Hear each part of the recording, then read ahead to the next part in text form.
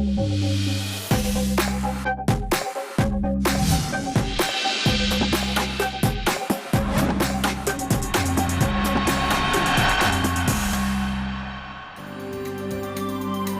Fábrica de Arte Cubano te doy la bienvenida a Con Género, un espacio que promueve el diálogo y la equidad entre todas y todos. Soy Maisel Bello Cruz y ya te invito a que te mantengas con nosotros. Hoy en nuestro tema en perspectiva hablaremos de Bolivia como ejemplo de implementación de políticas públicas en función de sumar a la sociedad a las minorías sexuales. En nuestra sección Batallas por la Equidad conoceremos la lucha de las mujeres aymaras, quienes proponen una forma alternativa de producción y organización social. Y en nuestro espacio Cultura con Género nos acercamos al arte sonoro de Luzmila Carpio y su canto de pájaros. La ministra de la Mujer, Familia y Derechos Humanos de Brasil vuelve a generar escándalos e indignación en su país al pasar de establecer el azul para los niños y el rosado para las niñas a asegurar que las niñas pobres son violadas porque no usan calzones. Nós vamos para lá fazer o enfrentamento à violência sexual de meninos e meninas. Vamos atender às necessidades daquele povo. Para vocês terem uma ideia, gente, teve uns especialistas que chegaram a falar para nós aqui no gabinete que as meninas lá, elas são exploradas porque elas não têm calcinha. Elas não têm calcinha, não usam calcinha, são muito pobres. Damares Alves, quien además es pastora evangélica, aseguró en un acto público en Brasilia que para disminuir el abuso sexual en las niñas emprendería una campaña de donación de calzones e incluso prevé la instalación de una fábrica de ropa interior en la zona para producir bragas más baratas y para generar fuentes de empleo en la población. E disseram, por que o Ministério não faz uma campanha para levar calcinhas para lá? Conseguimos um monte. Mas por que levar calcinha? Essa calcinha vai acabar. Nós temos que levar uma fábrica de calcinha para a Ilha do Marajó. Durante el evento del programa Abrace a Marajó, que busca reducir la explotación sexual de niños, adolescentes y mujeres, la ministra reconoció que en las islas del archipiélago de Marajó, las niñas son intercambiadas por alimentos o aceites diésel que mueven los botes. Como solución, propuso atraer a compañías para elevar los ingresos de estas familias y que puedan comprar calzones a sus niñas. Las consideraciones de Alves suman al retroceso en materia de género que actualmente se vive en Brasil. La bióloga colombiana Brigitte Batiste se convertirá en la primera mujer trans en ser nombrada rectora de una institución universitaria. El anuncio fue realizado por el Consejo Superior de la Universidad ENDE Bogotá, quienes la calificaron como la mayor experta en sostenibilidad de Colombia. Estuvo 10 años frente al Instituto de Investigación de Recursos Biológicos Alexander von Humboldt, corporación encargada de estudiar la biodiversidad y promover la sostenibilidad en el país. La deforestación está ocurriendo en los resquicios que deja la transición de gobernabilidad después de la firma de los acuerdos de paz, pero hay unos actores muy concretos que se están beneficiando o están apostándole a la deforestación como la fuente, bien sea de su enriquecimiento personal o de sus grupos de interés. En 2018, lamentó el recorte que realizó el presidente Iván Duque al presupuesto ambiental, lo que a su juicio responde a corrupción y falta de interés por el tema ambiental del actual gobierno. Con el nuevo cargo que asume, se convierte nuevamente en referencia en su profesión y para la comunidad LGTBIQ de su país.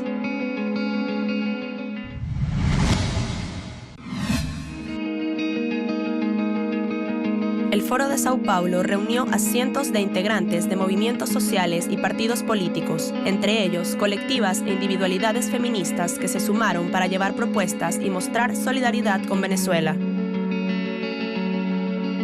Regularmente la gente que habla sobre Venezuela ve el conflicto desde el ombligo, ¿no? Y para todos es un problema del mal gobierno de un individuo. Y me parece que va más allá. En Venezuela se está jugando como si fuese una cancha internacional. Se están peleando los recursos naturales de este país, las grandes potencias mundiales. Caracas fue sede de este encuentro, en el que confluyeron liderazgos y propuestas contra el intervencionismo de potencias extranjeras a los países de la región y para que cada movimiento y partido político mostrara su forma de organización como alternativa ante el sistema hegemónico capitalista. Te propongo que veamos las siguientes cifras que nos muestran el saldo generado por las medidas del gobierno de Evo Morales en pro de mejorar la calidad de vida de las mujeres y la población LGBTIQ.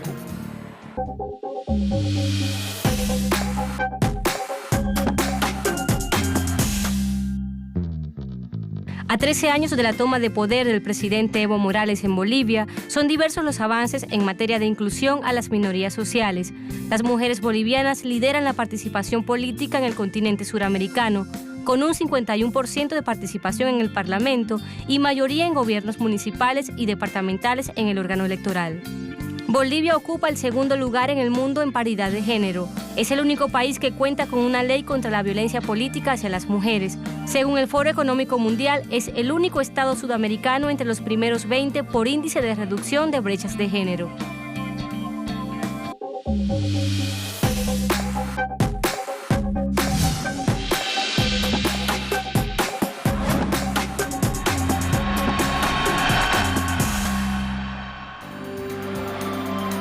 Bolivia destaca en materia de políticas públicas inclusivas y de innovación teórica para las minorías sexuales. Las mujeres bolivianas trabajan en una forma diferente de mirar la teoría feminista. Hoy, en nuestro segmento Lenguantes, hablamos de una categoría muy utilizada por las teóricas indígenas bolivianas: feminismo situado.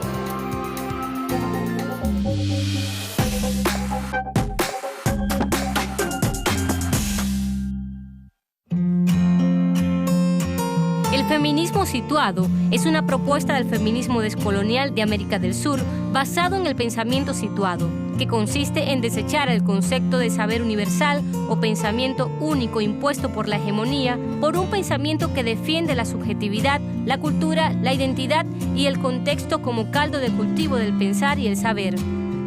En este sentido, el feminismo situado actualmente es muy promovido por las feministas indígenas de nuestra América. Ellas insisten en crear nuevas formas de entender el feminismo que sean igualmente valoradas y visibilizadas como producción de conocimiento en materia de género y que se adapten a las realidades de las mujeres de este lado del mundo.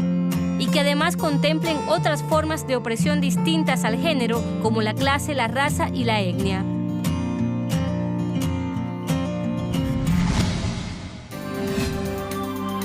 Participación política de las históricamente señaladas como minorías sexuales, derechos ciudadanos para las personas de identidad trans, medidas concretas para combatir la violencia machista.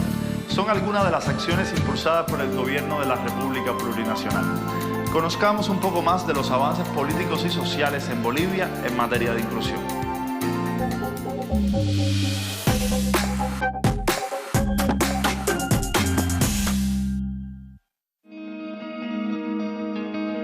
Bolivia, según medios hegemónicos, es uno de los países que menor ingreso percibe. Sin embargo, su PIB registra 5 años consecutivos de crecimiento. De la misma forma, el país avanza en garantías de derechos humanos y sociales a grupos vulnerables. Todo esto en el transcurso de 13 años de presidencia de Evo Morales y su equipo de gobierno. Yo creo que todas las poblaciones en situación de vulnerabilidad, las mujeres que hemos sido violadas, que hemos sido violentadas por el sistema patriarcal, los niños que no eran sujetos de derecho en determinadas cosas, los adultos mayores, las personas privadas de libertad, las poblaciones indígenas, originarias, campesinas, afrodescendientes, todas las poblaciones las personas que viven con VIH, todas, absolutamente todas las poblaciones en situación de vulnerabilidad tienen algo en común, que es la discriminación y el poco acceso a los derechos fundamentales y a los derechos humanos que están constitucionalizados dentro de nuestra Carta Magna. Tamara Núñez, natural de La Paz, aunque nació en condiciones de clandestinidad en Oruro, hija de padres comunistas y militante de la izquierda latinoamericana, es la primera mujer en formar parte del Parlamento en su país e impulsora de leyes en favor de las mujeres y la comunidad LGTBIQ. Ella nos dibuja el panorama de la Bolivia actual. Somos un estado plurinacional que tiene 36 culturas, 36 etnias, 36 lenguajes oficiales, 36 todo, donde en Bolivia existen negros, blancos, oscuros, grises, gays, héteros, absolutamente todo, y que toda esa pluralidad de una sociedad tenga la representación. Es increíble, en Bolivia no hablamos de un código de familia como se habla en la mayoría de las partes de Latinoamérica. En Bolivia hablamos del código de las familias porque se reconocen muchos tipos de familia y entre ellas las familias diversas. Entonces no hablamos de mujer y hombre, hablamos de personas que se aman y que se unen en un objetivo común donde los lazos de amor y cariño son los fundamentales en una familia. Las mujeres bolivianas cuentan con paridad de género en espacios tan medulares como la Asamblea Legislativa y se hicieron con el 50% de los cargos públicos o de elección popular, un asunto que directa e indirectamente generó rechazo en grupos conservadores y fundamentalistas. La anécdota que las mujeres en el sindicato eran para cocinar la comida de las personas que son miembros de ese sindicato y que, bueno, el día de hoy totalmente eso cambió. Dentro de los sindicatos de las 7 federaciones de Cochabamba, del trópico de Cochabamba, de la área cocalera que tiene Bolivia, pues el día de hoy hay más dirigentes mujeres que dirigentes varones. De todas maneras, en Bolivia existe una ley de paridad política, donde por obligación y por ley, la mitad de la Asamblea Legislativa y de todas las asambleas departamentales o municipales tiene que tener el 50% de la participación de la mujer. Es obligatorio. Es el segundo país a nivel mundial donde la paridad política es parte de nuestro vivir y de nuestro actuar político. Eso no quita la dificultad que puedan tener muchas compañeras. Yo conozco concejales y mujeres que son acosadas políticamente, tanto así que el gobierno de Evo Morales ha tenido que hacer una ley especial para el acoso político hacia las mujeres. Tenemos una ley específica para eso, porque realmente es muy difícil luchar contra ciertos paradigmas y cierta decolonización que tendríamos que comenzar a estructurar en nuestra base social contra el machismo. Para Tamara, no solo las mujeres son un sujeto político protagonista en el proceso que lidera el aymara Evo Morales. Para ella, las personas trans también alcanzaron derechos políticos y el derecho a su identidad, y todo este avance progresista se dio en tiempos de gestión del primer gobierno indígena e indigenista de América Latina. Esta empatía social con los vulnerables, con los olvidados y con quienes nunca fueron prioridad en gobiernos anteriores tiene su génesis en el origen y la conciencia de clase. Hemos tenido la gran suerte de que en este proceso de la lucha contra la discriminación, la cual es embanderada por Evo Morales, nuestro presidente actual, que era un indio, y que el indio llegó a ser presidente, y que esa persona no tuvo derecho a la identidad, que no tenía carnet de identidad cuando era niño, que esa persona que fue discriminada por ser indígena, que no le dieron la oportunidad de estudiar por ser indígena, y que tuvo que ser desplazado de su lugar de origen a otro territorio a partir de las políticas neoliberales que estaban en los años 80,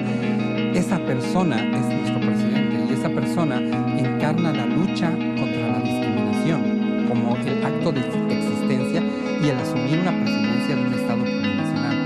Entonces, a partir de eso es mucho más fácil que poblaciones que están en situación de vulnerabilidad puedan acceder a determinados derechos y que sean parte también elegible del Estado plurinacional. Para Tamara, la lucha de Evo Morales en amplio reconocimiento y respeto por su origen indígena y pobre es la misma de las personas trans que luchan por una identidad acorde con su autopercepción. Es necesario tener un diputado o una diputada que venga de las personas discapacitadas. Es necesario que una persona con VIH, una persona que tenga VIH, pueda tener también una representación, porque se necesita que alguien que garantice, que legisle, que supervise y que trabaje por esa población. Es necesario que todas las poblaciones que han sido discriminadas históricamente, vilipendiadas por los sistemas neoliberales y capitalistas, tengan un representante. No te estoy diciendo quién debe ser o cómo debe ser, pero es muy importante que el nuevo Parlamento y que los candidatos a la presidencia para octubre tengan representantes de absolutamente todas las poblaciones, porque así se va a garantizar la multiculturalidad y la pluriculturalidad que defiende el Estado plurinacional de Bolivia. Tamara Núñez cuenta con una claridad política que evidencia que las luchas sociales no están fragmentadas. La misma entereza con la que avanzan por la identidad de género y la inclusión política de la mujer se imprime para consolidar y alcanzar todas las demandas indígenas, obreras, estudiantiles y del colectivo LGTBIQ en su país. En la construcción de ese hombre nuevo, todos y todas podemos vivir en paz y conquistando nuestros derechos. Bolivia hoy apuesta a la construcción de una sociedad más justa y equitativa. Al regreso hablaremos de las formas de organización política y social de las mujeres aymaras. Te invito a hacer una pausa. Enseguida regresamos.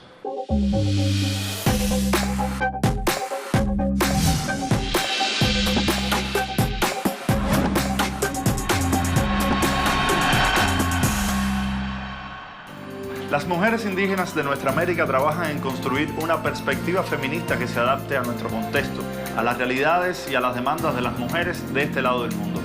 Hoy en nuestro segmento Batallas por la Equidad conoceremos las formas de organización política y social de las mujeres aymaras al occidente de Bolivia.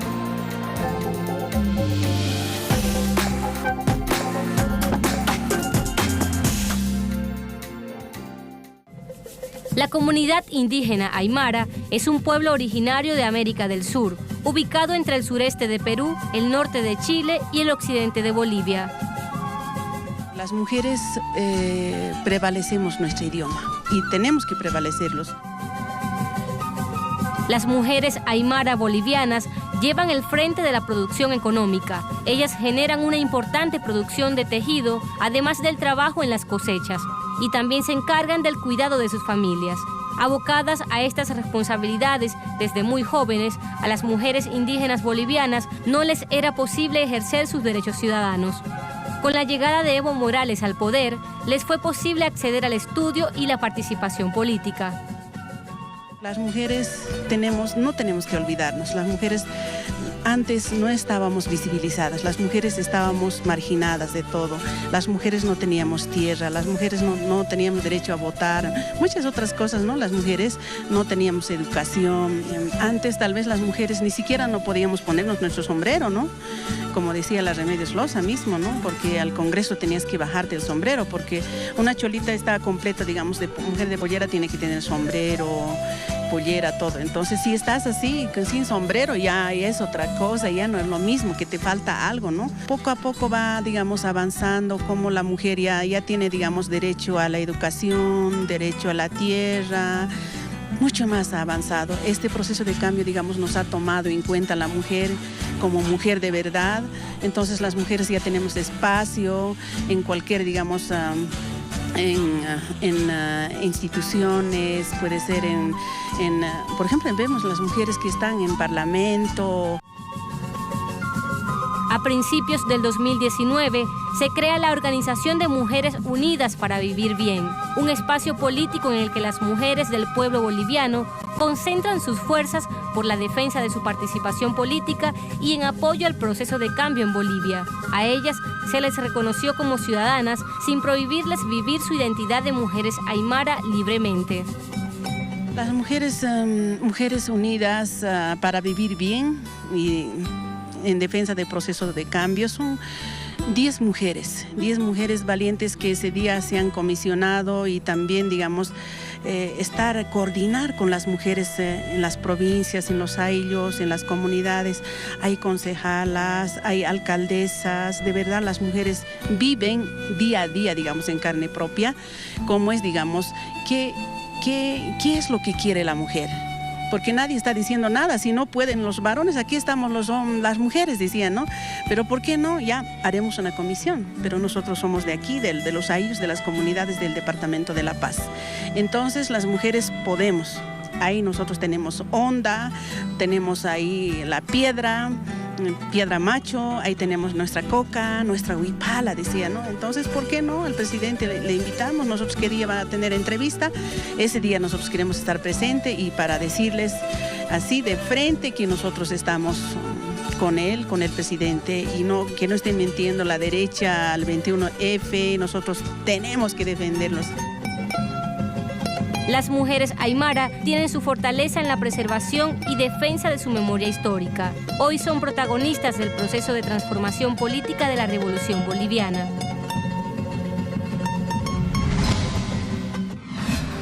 En nuestro segmento Cultura con Género te invitamos a disfrutar de la obra de la cantora indígena Luzmila Carpio, quien en el año 2006 fue nombrada embajadora de Bolivia por el presidente Evo Morales, y en reconocimiento a una voz que busca evocar los sonidos de la naturaleza y el respeto que profesan los pueblos originarios a ella.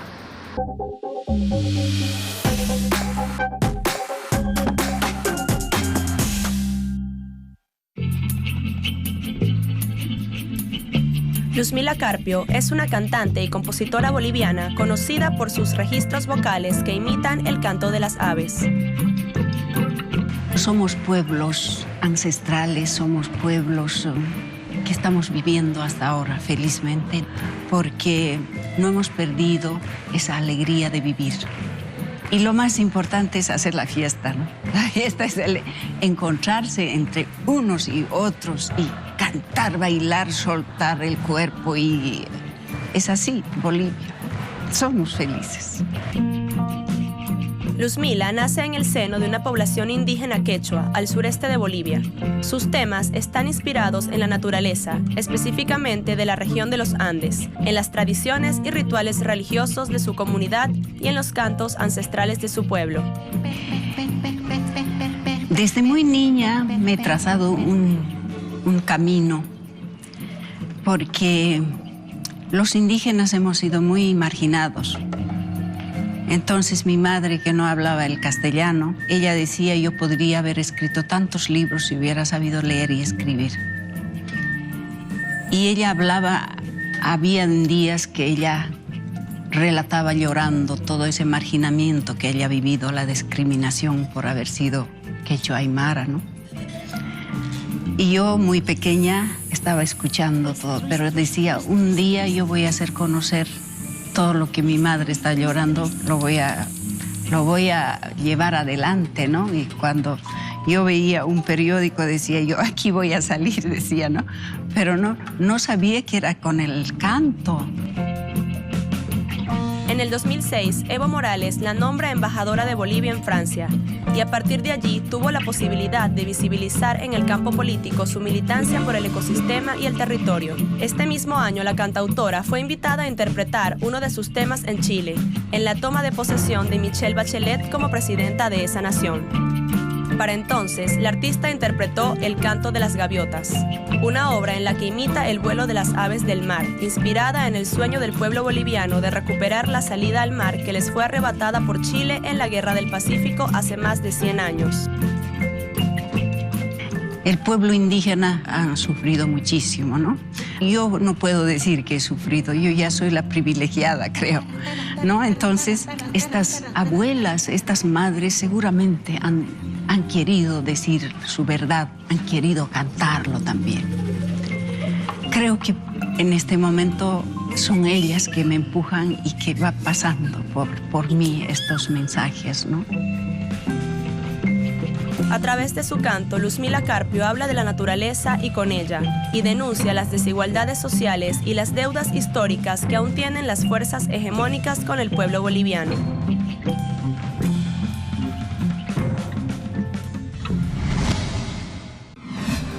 Y así llegamos al final. Recuerda que puedes seguir esta y otras emisiones en nuestra página web www.telesurtv.net, así como nuestro canal de YouTube con Género Telesur. Te dejamos con la buena música de Luzmila Carpio. Hasta una próxima entrega de Con Género.